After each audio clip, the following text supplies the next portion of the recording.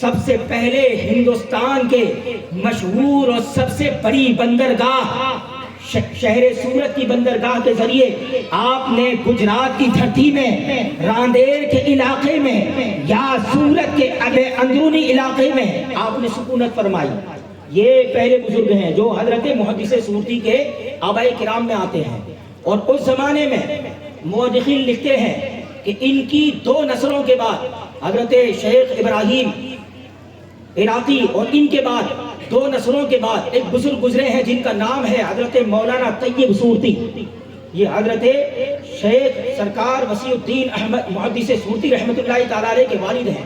مورخین بیان فرماتے ہیں کہ ان کے زمانے کے اندر شہر سورت کا عالم یہ تھا کہ پورے شہر کے اندر شوقت اسلام کے پرچم بلند تھے، عزت اسلام کے نعرے سنائی دیا کرتے تھے، اور ہر طرف مساجد کی رونقیں تھی، اور اللہ نے اس دور میں اسلام کی شوقت سے اتنا مالا مال کیا تھا کہ شاید پورے ہندوستان کے اندر کسی شہر میں اتنی اسلام کی عزت پائی جاتی ہو۔ اس دور کے اندر 12ویں ہجری کا دور، اس دور کے اندر شہر سورت کی پوزیشن یہ کہ مرکز اسلام، اور یہاں پھر وہ وجہ بتاتے ہیں کہ اس کی وجہ یہ تھی کہ شہر سورت یہ واحد جگہ تھی جس کا تعلق تغلقی خاندان نے اسے فتح کیا اور قلعے کا انعقاد ہوا۔ یہ ایک سورت کا پس منظر ہے، اور حضرت ابراہیم جو حضرت شیخ محدث سورتی رحمۃ اللہ تعالی علیہ کے آباء کرام میں آتے ہیں اور پہلے بزرگ، انہوں نے یہاں آ کر کپڑے کا بیپار اختیار کیا تھا۔ آپ حنفی المسلک تھے، اور ہمارے امام اعظم ابو حنیفہ رحمۃ اللہ تعالی علیہ بھی کپڑے کا بیپار کرتے تھے۔ اس مناسبت سے آپ نے بھی کپڑے کی تجارت کو اختیار کیا، اور پورا خاندان علم و فن کا آفتاب و مہتاب ہونے کے باوجود انہوں نے جو ہے حصول دنیا کے لیے علم کی راہ میں قدم نہیں رکھا، بلکہ اپنی دنیا کے لیے تجارت بھی کرتے رہے، اور قوم کی ہدایت کے لیے درس و تدریس بھی دیا کرتے۔ دن میں اگر وہ رزق حلال کی تلاش کرتے تو رات میں غروب آفتاب کے بعد سے لے کر رات کی تاریکیوں تک وہ لوگوں کے سینوں میں علوم و عرفان کے چراغ روشن کیا کرتے تھے۔ آپ اسلامی تعلیمات دیا کرتے تھے کہ وہ مقدس گھرانہ تھا، اور حضرت سلطان مولانا طیب سورتی رحمۃ اللہ تعالی علیہ کا دور، یہ ہندوستان میں قدر کا زمانہ، اور اس وقت برٹش شاسن کا اتنا زور بڑھ گیا تھا، اتنا زور کہ پورے علاقے سورت کے اندر اسماعیلی شیعوں کو غلبہ دے دیا۔ پورے شہر میں وہ دندناتے گھومتے، اور یہاں کے حنفی سنیوں کو حقارت کی نظر سے دیکھا جاتا۔ اس وقت یہ حضرت سیدنا شیخ محدث سورتی کے والد اپنے دونوں شہزادے حضرت سیدنا محدث سورتی اور دوسرے بیٹے مولانا عبداللطیف اور اپنی اہلیہ کو لے کر آپ نے حجاز مقدس کا سفر کیا۔ حرمین شریفین کی حاضری اور زیارت سے مالا مال ہوئے۔ اس کے بعد پھر اپنے آبائی وطن عراق میں سکونت کی۔ پھر اس کے بعد جب آپ دوسری مرتبہ حج کے لیے گئے تو انہیں وہاں پتا چلا کہ ہندوستان میں پوری طرح سے انگریزوں کا شاسن ہو چکا ہے اور معافی کا عام اعلان کر دیا گیا ہے۔ اس بات کو سننے کے بعد پھر انہوں نے ارادہ کیا کہ ہندوستان کی طرف رخ کروں، مگر راستے میں مقام جدہ پر آپ کے والد بزرگوار کا انتقال ہو گیا۔ پھر یہ دونوں شہزادے اپنی والدہ کے ساتھ ہندوستان کی طرف سفر کرتے ہیں۔ یہاں آتے ہیں تو جس قدر ان کی جائیدادیں تھی، جتنے مکانات تھے، جو زمینیں تھی، سب کچھ جو ہے برٹش گورنمنٹ نے قبضہ کر لیا تھا۔ شہر راندیر اور اس کے مضافات میں ان کی کوئی زمین اور کوئی مکان نہیں تھا۔ کرائے کے مکانوں میں رہنے کی نوبت آ چکی تھی، اور اسی درمیان میں آپ کی والدہ کا بھی انتقال ہو گیا۔ دونوں بھائی اکیلے رہ گئے، بے سر و سامانی کا عالم ہے۔ والد بزرگوار بھی دنیا سے تشریف لے گئے، والدہ بھی داغ مفارقت دے گئی، مگر اس حال میں بھی دونوں فرزند جو عراق سے آئے اور حالات یہ کہ رہنے کے لیے مکان نہیں، سر چھپانے کے لیے چھت نہیں، اللہ اکبر، ایسی بے سر و سامانی کے عالم میں کھجور کے پتوں سے بنے ہوئے جوتے پہن کر گجرات سے سب سے پہلے انہوں نے دہلی کا رخ کیا، اور وہاں جا کر ایک مدرسے میں آپ نے داخلہ لیا۔ دونوں بھائیوں نے 1 سال وہاں پر علم و فضل سے مالا مال ہوئے۔ اس کے بعد پتا چلا کانپور میں ایک ایک عظیم الشان ادارے کی بنیاد رکھی گئی ہے جس کے روح رواں حضرت مفتی عنایت اللہ کاکوروی رحمت اللہ تعالیٰ علیہ ہے. ان کی شہرت پورے ہندوستان میں بہت زیادہ تھی. ان کو انگریزوں نے کالے پانی کی سزا دی تھی, وہاں سے ان کی سزا معاف ہوئی. 5 سال جیل میں رہنے کے بعد آ کر کانپور میں ایک مدرسے کا انعقاد کیا. یہ دونوں بھائی دہلی چھوڑ کر پیدل کانپور آ کر مدرسہ فیض عام میں داخلہ لیتے ہیں اور حضرت اس اپنے وقت کے استاد العلماء حضرت لطف اللہ علی گڑھی رحمت اللہ تعالیٰ علیہ کے درس میں شامل ہوتے ہیں. علوم اسلامیہ کی دونوں بھائیوں نے وہاں تکمیل کی. اس کے بعد پھر حضرت سیدنا محدث سورتی رحمت اللہ تعالیٰ علیہ اپنی علمی تشنگی کو بجھانے کے لیے صرف یہی تک علمی شاہراہ کو قائم نہیں رکھتے بلکہ آگے جا کر گنج مراد آبادی کی بارگاہ میں جاتے ہیں, مختلف محدثین کی بارگاہ میں جاتے. اور جب آپ فراغت کے بعد علم حدیث پڑھنے کے لیے اپنے وقت کے مایناز محدثین کی بارگاہ میں گئے اور جب آپ نے اپنی طرف سے حدیث پڑھنا شروع کیا تو اساتذہ یہ کہتے کہ فرزند تم لائبریری میں جا کے مطالعہ کرو اور عام بچوں کے سامنے سبق میں حاضر نہ ہویا کرو بلکہ خالی وقت میں آ کے ایک حدیث سنا دو, تمہارے علم کی تکمیل کے لیے بس اسی قدر کافی ہے. اللہ اکبر. حضرت محدث سورتی کی اس زندگی پر آپ دوبارہ نظر ڈالیں. بے سر و سامانی کے عالم میں آپ نے حرم شریف سے جدہ کے راستے سے ہو کر کشتی کے ذریعے سفر کر کے پھر واپس ہندوستان میں قدم رکھا. والدہ کا انتقال ہو گیا, والد چلے گئے. بے سر و سامانی کا عالم ہے, کوئی مکان نہیں ہے, کوئی زمین نہیں ہے. اس عالم میں بھی انہوں نے اپنے علم کی تکمیل کے لیے دور و دراز کے سفر کیے, دہلی تک پیدل چلتے گئے, اپنے علم کی تکمیل کی اور ایسی علم کی تکمیل کی کہ آج پورے ہندوستان اور پاکستان کے اندر جتنے سنی علماء ہیں وہ واسطہ بالواسطہ کسی ایک استاذ کے پرچم تلے جمع ہوتے ہیں. اس پرچم علم و فن کا نام محدث سورتی علیہ الرحمہ ہے. سبحان اللہ سبحان اللہ. وہ چراغ روشن کیے صاحب بہار شریعت حضرت علامہ مفتی امجد علی اعظمی رحمت اللہ تعالیٰ علیہ, آپ کے شاگرد اعلیٰ حضرت عظیم البرکت کے شاگرد حضرت ملک العلماء علامہ ظفر الدین بہاری رحمت اللہ تعالیٰ علیہ, آپ کے شاگرد حضرت سیدنا محدث اعظم ہند کچوچوی رحمت اللہ تعالیٰ علیہ, آپ کے شاگرد. اور آپ کے اس شاگرد کا عالم یہ کہ جب آپ کی بارگاہ سے حدیث پڑھ کے وہ آگے علم حدیث کے لیے گئے تو ابھی طالب علمی کا زمانہ ہے. ان کے اساتذہ حضرت محدث اعظم کو محدث اعظم کے لقب سے یاد کیا کرتے تھے. ذرا سوچو, جس کا شاگرد محدث اعظم ہند ہو اس کے استاد کے علم حدیث کا عالم کیا ہوگا. وہ محدث سورتی ہے, ان کے شاگردوں میں بڑے بڑے نام.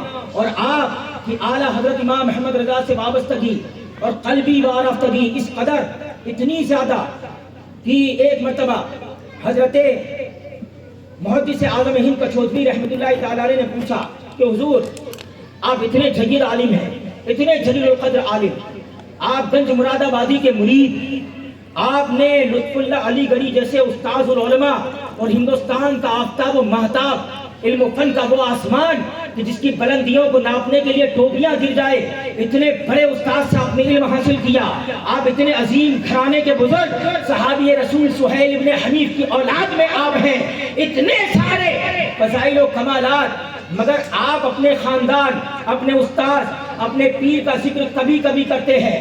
مگر کیا وجہ ہے کہ امام احمد رضا خان فاضل بریلوی رحمت اللہ تعالیٰ علیہ کا آپ ذکر بہت کرتے ہیں, ہر مجلس میں کرتے ہیں, بار بار کرتے ہیں. اس کی کیا وجہ ہے؟ اس پر حضرت محدث سورتی نے کہا بیٹا سنو, جب میں راندیر سے نکلا تھا تب بھی سنی تھا, جب میں دہلی گیا تب بھی سنی تھا, جب میں نے کانپور میں لطف اللہ علی گڑھی سے علم حاصل کیا تب بھی سنی تھا, محدثین کی بارگاہ سے علم حدیث پڑھا تب بھی سنی تھا, جب میں اپنے پیر گنج مراد آبادی کے ہاتھ پر ہاتھ دے کر اپنے آپ کو بیچ رہا تھا تب بھی سنی تھا. مگر سنو, جب سے مولانا احمد رضا کی صحبت ملی ہے اللہ نے مجھے عاشق رسول بنا دیا ہے. ان کے در سے, ان کی صحبتوں سے مجھے عشق رسول کی دولت ملی ہے. اس لیے سب سے زیادہ میں امام محمد رضا کا ذکر کرتا ہوں کہ ان کے ذریعے مجھے بہت بڑی نعمت ملی ہے عشق رسول کی. اللہ اکبر. یہ حضرت محدث سورتی رحمۃ اللہ تعالی علیہ کی ذات ہے, آپ کی وہ اعلیٰ شخصیت. یہ پورے ہندوستان میں سب سے زیادہ شاگرد حضرت سرکار مفتی امجد علی اعظمی صاحب بہار شریعت حضور محدث کبیر کے والد بزرگوار, وہ لوگ کہ جو ان کے والد بزرگوار کے فیضان علم کے دریا سے قطرے لے لے کر آج کچھ مقام بنا لیے ہیں, وہ اپنے اس محسن کا احسان فراموش کر کے شہزادہ حضور صدر الشریعہ کی علمی اور روحانی شخصیت پر طنز کرتے ہیں. کیا یہ احسانوں کا بدلہ ہے؟ اللہ اکبر. حضرت سرکار محدث کبیر مدد اللہ العالی, اللہ آپ کے علم و فضل اور آپ کی عمر پاک کے سائے کو خوب دراز سے دراز کر کے تمام جہان اہل سنت کو آپ کے علمی اور روحانی فیوز و برکات سے مالا مال کرے. آپ کے جب علم و فن کا یہ عالم ہے تو ذرا سوچو حضور صدر الشریعہ کے علم کا عالم کیا ہوگا. حضور صدر الشریعہ حضرت مفتی امجد علی اعظمی رحمۃ اللہ تعالی علیہ, ان کی علمی لیاقت جاننے کے لیے اتنا کافی ہے کہ اعلیٰ حضرت نے کہا موجودین میں جس میں سب سے زیادہ فقہ یعنی شریعت کے مسائل کا علم میں کسی میں پاتا ہوں وہ تم میں سب سے زیادہ امجد علی میں پاتا ہوں. یہ حضرت مفتی امجد علی اعظمی رحمۃ اللہ تعالی علیہ کے شاگرد حضور حافظ ملت, اور زیادہ تر ہندوستان میں سنی علماء واسطہ میں واسطہ حافظ ملت کے شاگرد. حافظ ملت کس کے شاگرد؟ صدر الشریعہ کے شاگرد. وہ صدر الشریعہ کس کے شاگرد؟ حضرت محدث سورتی اور اعلیٰ حضرت کے شاگرد. اللہ اکبر. یہ پورا علمی شجرہ حضرت محدث سورتی کے بغیر مکمل ہی نہیں ہو سکتا. آج کسی کے علم و فن کی دنیا کا جب شجرہ مرتب ہوگا تو جب یہ اپنے وجود سے آگے بڑھے گا اور محدث سورتی کی چوکھٹ کو بوسہ نہ دے, ایسا ہو نہیں سکتا. سب کو ملا ہے علمی فیضان حضرت محدث سورتی رحمۃ اللہ تعالی علیہ کی ذات سے, اور آپ اور ہمارے لیے یہ مشترکہ خوش نصیبی ہے کہ حضرت اپنے وقت کے اس عظیم محدث کی ولادت اور ان کے خاندان کے عظیم اکابر علماء, اکابر صوفیہ وہ سرزمین صورت میں رہے ہیں, اس زمین کو پسند کیا ہے. اللہ تبارک و تعالی ہمیں اور آپ کو ہمارے بزرگوں کے مسلک مہذب ان کی تعلیمات پر عمل کی توفیق عطا فرمائے. آخر میں آخری پیغام کے طور پر یہ بات لے کر جائیں کہ حضرات جماعت رضائے مصطفیٰ یہ اپنے آپ میں ایسا نہیں کہ جماعت رضائے مصطفیٰ والوں نے میرا جلسہ کیا تو میں بات کر رہا ہوں, ایسا نہیں ہے.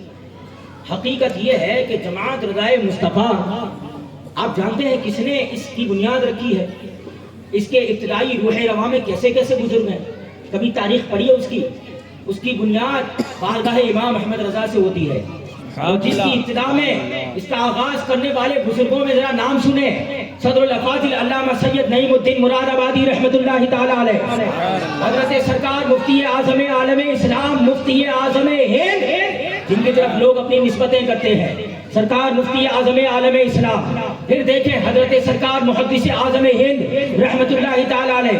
ایسے اکابر بزرگ, اکابر اولیاء, اکابر صوفیاء جو صرف جو ہے عالم ربانی جب مفتی قوم ملت نہیں ہے بلکہ اپنے وقت کے ولایت کے بھی تاجدار اور آفتاب و مہتاب ہے, ایسے بزرگوں نے اس کی قیادت کی ہے. جماعت رضائے مصطفیٰ یہ ہندوستان میں اہل سنت پر جماعت کے اکابر علماء اور اکابر مفتیان کرام, اکابر صوفیاء, اکابر اولیاء کے اعتماد کا نام ہے.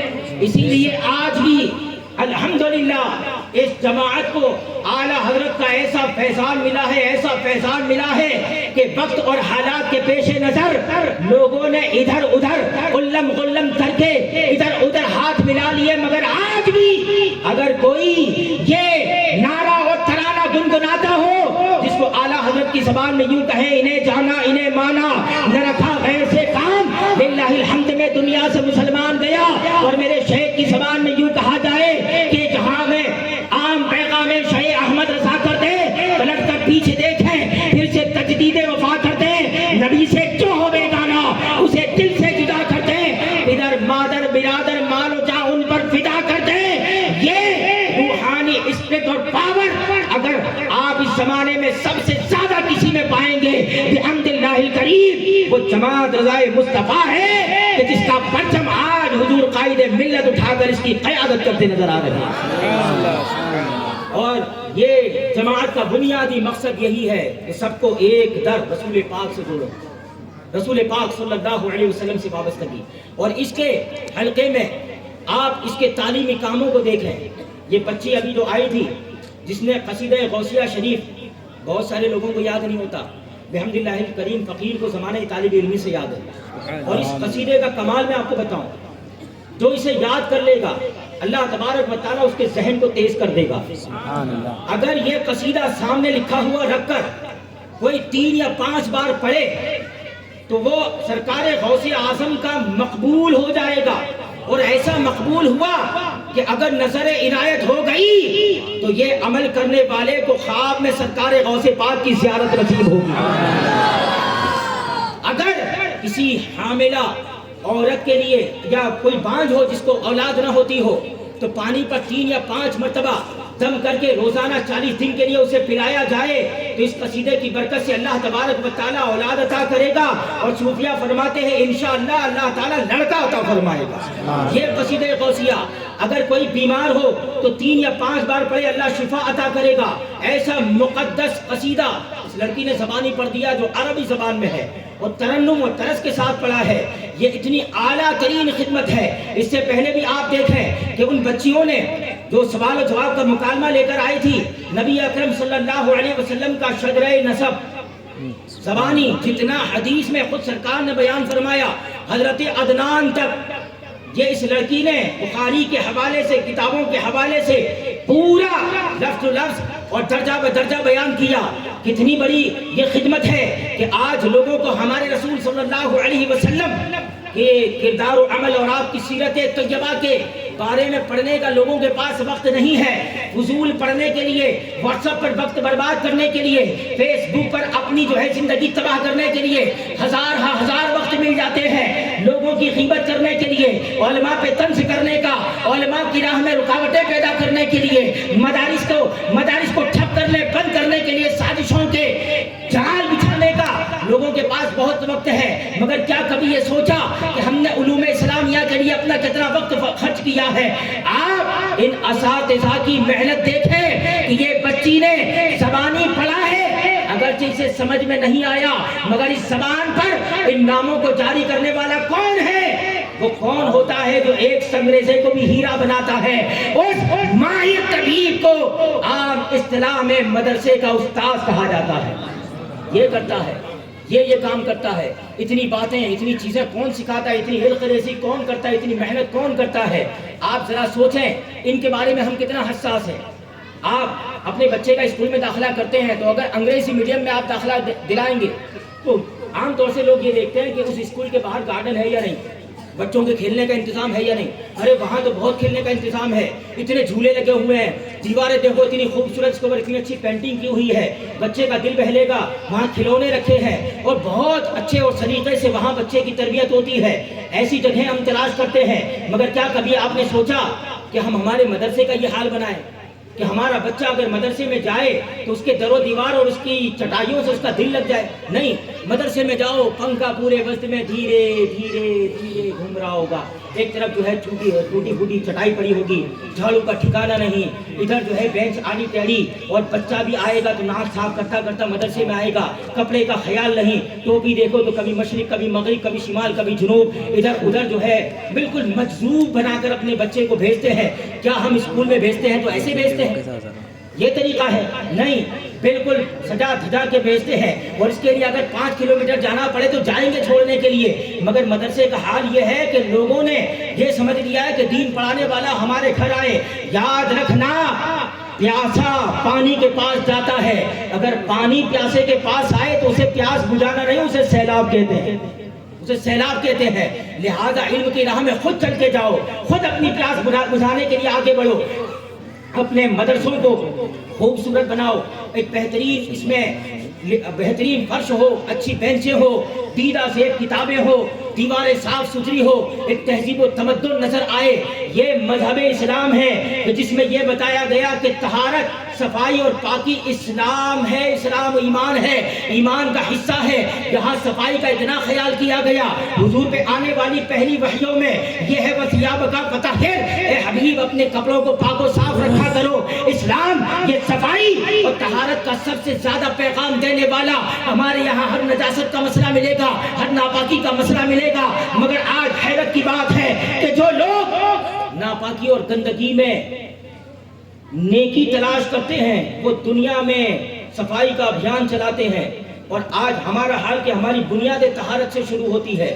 دنیا سے جب جاتا ہے تب بھی مردے کو نہلا کے بھیجتے ہیں، صاف ستھرا کر کے بھیجتے ہیں. ہماری طہارت کا یہ عالم ہے.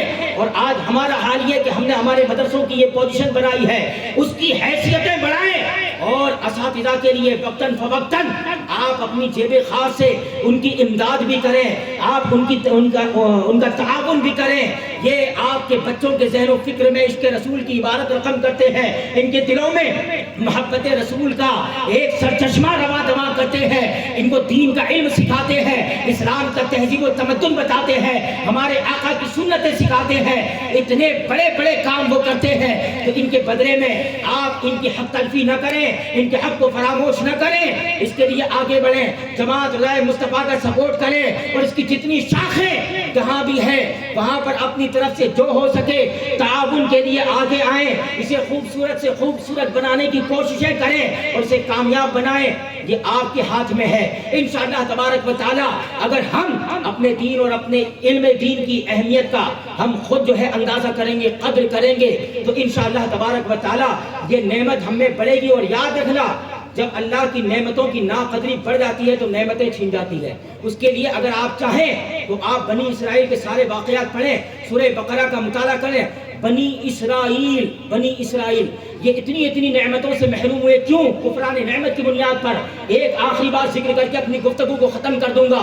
ایک عورت کا نکاح حضرت اسماعیل سے ہوا تھا اور حضرت ابراہیم جب ملاقات کے لیے آئے تو پوچھا گھر کے حالات کیسے ہیں، تو دکھڑا سنایا، ایسا ہے ویسا ہے ویسا ہے. جاتے وقت حضرت ابراہیم نے کہا اسماعیل آئے تو کہہ دینا گھر کی دہلیز ٹھیک نہیں ہے، بدل دے. جب حضرت اسماعیل شکار سے آئے اور اپنے ایک مانوس خوشبو کا آپ نے احساس کیا تو کہنے لگے کوئی جانی پہچانی خوشبو ہے، میرا کوئی رشتہ دار آیا ہے. بیوی کہنے لگی کوئی بزرگ صفت تھے، بڑا نورانی چہرہ تھا اور وہ ایسا ایسا کہہ کے گئے ہیں، تمہیں سلام کہا ہے اور یہ کہا ہے گھر کی دہلیز ٹھیک نہیں، بدل دی جائے. کہا کہ میرے والد یہ کہہ کے گئے کہ تو میرے نکاح میں رہنے کے لائق نہیں. چنانچہ آپ نے ان کو ان کے نکاح سے الگ کر دیا، پھر دوسری عورت سے نکاح کیا. اور جب پھر اسی طرح حضرت ابراہیم کی آمد ہوئی اور حالات پوچھے، اس عورت نے شکر کے کلمات پیش کی. اللہ کا شکر ہے، اللہ جس حال میں رکھے ہم اس پر شاکر ہیں، ہم اس پر صابر ہیں. اور ان کی خدمت کی، ان کی بارگاہ میں کھانے کی چیزیں پیش کی. حضرت ابراہیم کو ان کے اخلاق بڑے پسند آئے. جاتے جاتے کہا کہ اسماعیل آئے تو میرا سلام کہنا اور یہ کہنا گھر کی دہلیز ٹھیک ہے، اسے بدلنے کی ضرورت نہیں. جب اسی طرح حضرت اسماعیل کی واپسی ہوئی پھر وہی سوال و جواب ہوئے. کہا ایک بزرگ صفت آئے تھے، حضرت اسماعیل نے کہا وہ میرے والد حضرت ابراہیم اللہ کے نبی ہیں اور یہ کہہ کے گئے ہیں کہ تم میرے نکاح کے لائق ہو اور وہ نور محمدی جو میرے پاس امانت ہے میرے ذریعے اب تمہارے شکم میں پہنچے گا. اللہ اکبر. غور کریں، نا شکری کر لی، اللہ کی نعمتوں کی ناقدری کی، ایک عورت جو ہے نور محمدی کی برکتوں سے محروم ہو گئی اور ایک عورت شاکرہ صابرہ ہونے کی بنیاد پر، اللہ کی نعمتوں کا شکر کرنے کی بنیاد پر کائنات کی بڑی عظیم نعمت نور محمدی کی برکتوں سے مالا مال ہوئی. اس لیے یاد رکھنا، ناقدری اور ناشکری یہ تباہ کر دیتی ہے. علماء کی، علم کی، مدارس کی قدر کریں. انشاءاللہ تبارک و تعالی اگر آپ نے قدر کی تو آپ کے بچے علوم نافعہ سے مالا مال ہوں گے. استغفر اللہ لی ولکم ولسائر المؤمنین والمؤمنات.